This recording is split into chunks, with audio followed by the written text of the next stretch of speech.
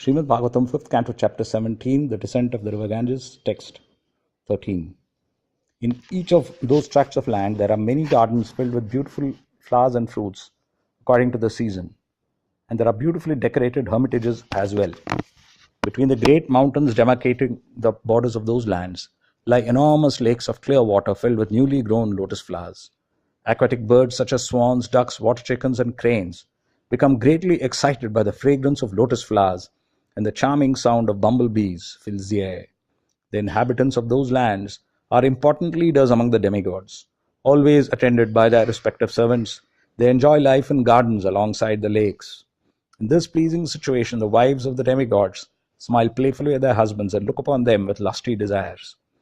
All the demigods and their wives are constantly supplied with sandalwood pulp and flower garlands by their servants. In this way, all the residents of the 8 heavenly varshas enjoy, attracted by the activities of the opposite sex.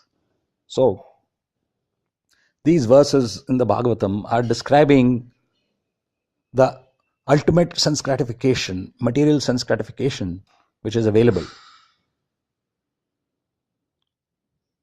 The purpose is to completely make our minds peaceful. Our minds are highly agitated because we have this enormous desires for sense gratification, due to which we have been born again and again in this material world, right down to the Kali Yuga. So, the scene which is described in the Srimad Bhagavatam is that suppose you were not in the Kali Yuga, this is how sense gratification would be. Srila Prabhupada explains in the purport that therefore the problem is not, oh, I am in this Kali Yuga. In Kali Yuga, I cannot get sense gratification. If only I was not in Kali Yuga, I would get sense gratification. At least this is something which pious people can say and then execute many sacrifices to achieve the heavenly planets. But most of us are not pious. Many of us instead aspire for more sense gratification in our current situation. So Srila Prabhupada is warning us here that listen, on this earth, we want these things, but all we can achieve are imitation pleasures like sex and intoxication, which means that the sex life and the intoxication which we get here on the earth are not to be compared to the sex life and the intoxication which is available in the heavenly planets. The same words may be used to describe, but from Srila Prabhupada's purport, we can understand that the words may be the same, but the activities are not. Because,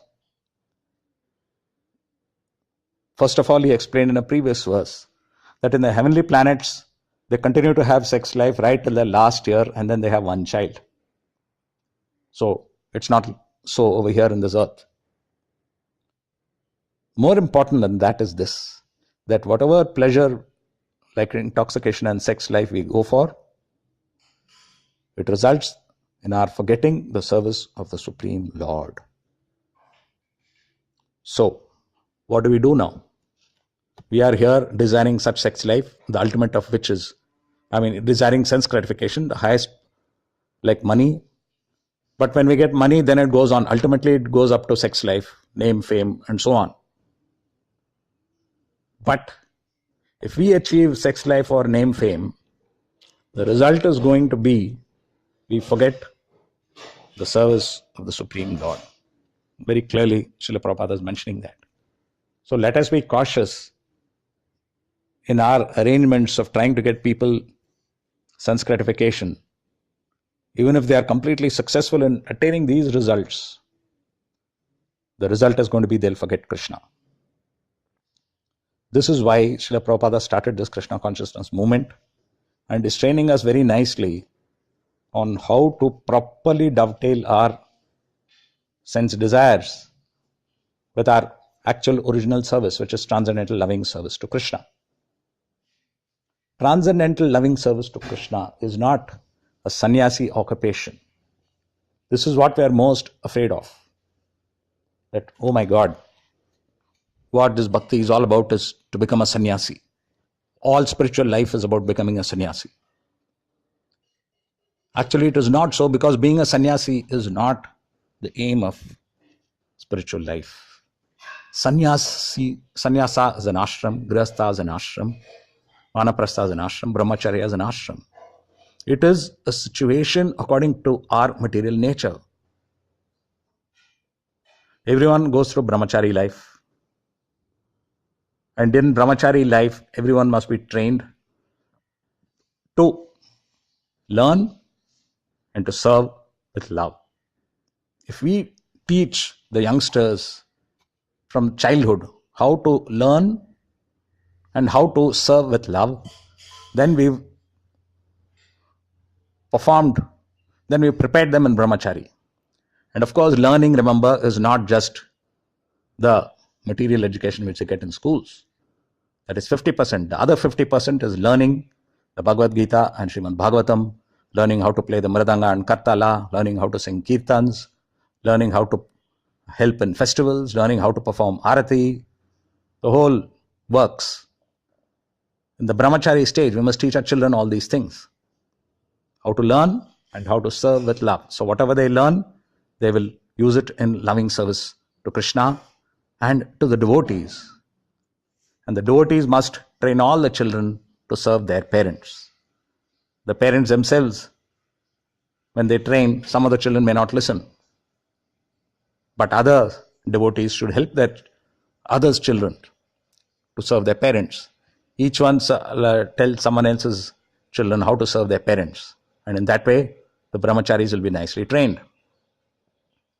After that, then it forks between continuing to be a brahmachari and later on becoming a sannyasi, or becoming a grihastha and later on becoming a vanaprastha and if possible sannyasi.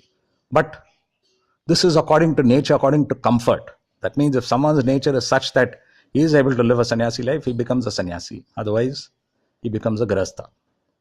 Now, sannyas life has sense gratification in the form of name, fame, and worshippers. Grihastha life has sense gratification in the form of gross sense gratification, but both is sense gratification.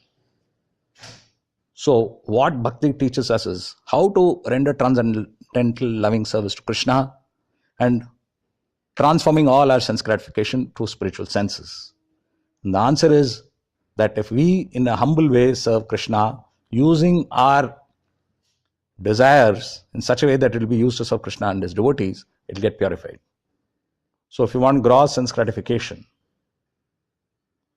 for example, if we want to earn money, then if we use our money in the service of Krishna, then our desire to earn money becomes purified, because what happens is, instead of thinking, oh, look at my bank balance, we'll be thinking, oh, with this money, extra money I've got, I can do this service to Krishna. Our whole concept will change gradually. Similarly, name and fame, when we are thinking, oh, everyone must know I'm such a wonderful speaker. Everyone must know I'm such a great singer. Everyone must know I'm a big cook. Everyone should know I play the mridanga very well, I play the kartal very well. Everyone should know how such a great leader I am. That will be transformed through Bhakti Vriksha to, if I am a good singer, then I can teach others how to sing nicely. Krishna will be pleased by my singing. Similarly, everything which I do well, if I do it in the service of Krishna, Krishna will be pleased. In this way, then increasing our talents will be aimed not so much at name and fame as at pleasing Krishna and teaching the other devotees these things. So slowly we have to evolve till we do everything only for the pleasure of Krishna. So this is bhakti. Bhakti is not sannyasa. Bhakti is to transform the purpose of whatever we do to the pleasure of Krishna and his devotees. And our whole life we must spend in doing that. And the more we do that, the happier we will be. And at the end of life, we will go back home, back to Godhead. Hare Krishna.